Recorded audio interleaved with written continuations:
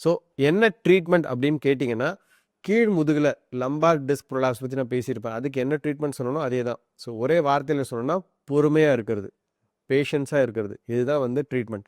என்ன டாக்டர் சொல்கிறீங்க, பொறுமையாக இருக்கிறது எப்படி ட்ரீட்மெண்ட் ஆகும் அப்படின்னு கேட்டிங்கன்னா, எஸ், ஸ்லிப் டிஸ்கில் எதனால் பெயின் வருது அப்படின்றத தெரிஞ்சுக்கிட்டாலே நான் சொல்கிற விளக்கம் உங்களுக்கு புரியும். ஏன்னா majority of the time natural கோர்ஸில் கிராஜுவலாக அந்த பெயின் தானாகவே சப்சைட் ஆகிடும். அதற்கு நம்ம ஒரு சப்போர்ட்டிவ் ட்ரீட்மெண்ட் கொடுத்தா மட்டும் போதும். ஸோ எதனால் பெயின் வருது? ஸோ முதல்ல என்ன ஆகுது, ஸ்லிப் டிஸ்கில் உங்களுடைய ஜவ்வு விலகி பக்கத்தில் இருக்கக்கூடிய அந்த நரம்பில் அழுத்தம் கொடுக்குது. ஸோ அந்த நரம்பு வந்து ஒரு சின்ன துளை வழியாக வெளியேறும் கழுத்துல இருந்து.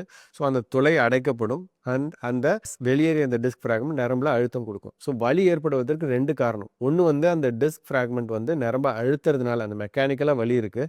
2வது அந்த அழுத்தத்தினால அந்த நரம்பில் வீக்கம் ஏற்படும்.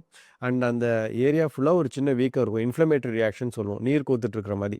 ஸோ வீக்கம் ஒரு காரணம், அழுத்தம் ஒரு காரணம். ஸோ கையை இடிச்சுக்கிட்டா எப்படி வீங்குதோ அதே மாதிரி அந்த இடத்துல ஒரு இன்ஃப்ளமேட்டரி ரியாக்ஷன் இருக்கும், வீக்கம் இருக்கும். ஸோ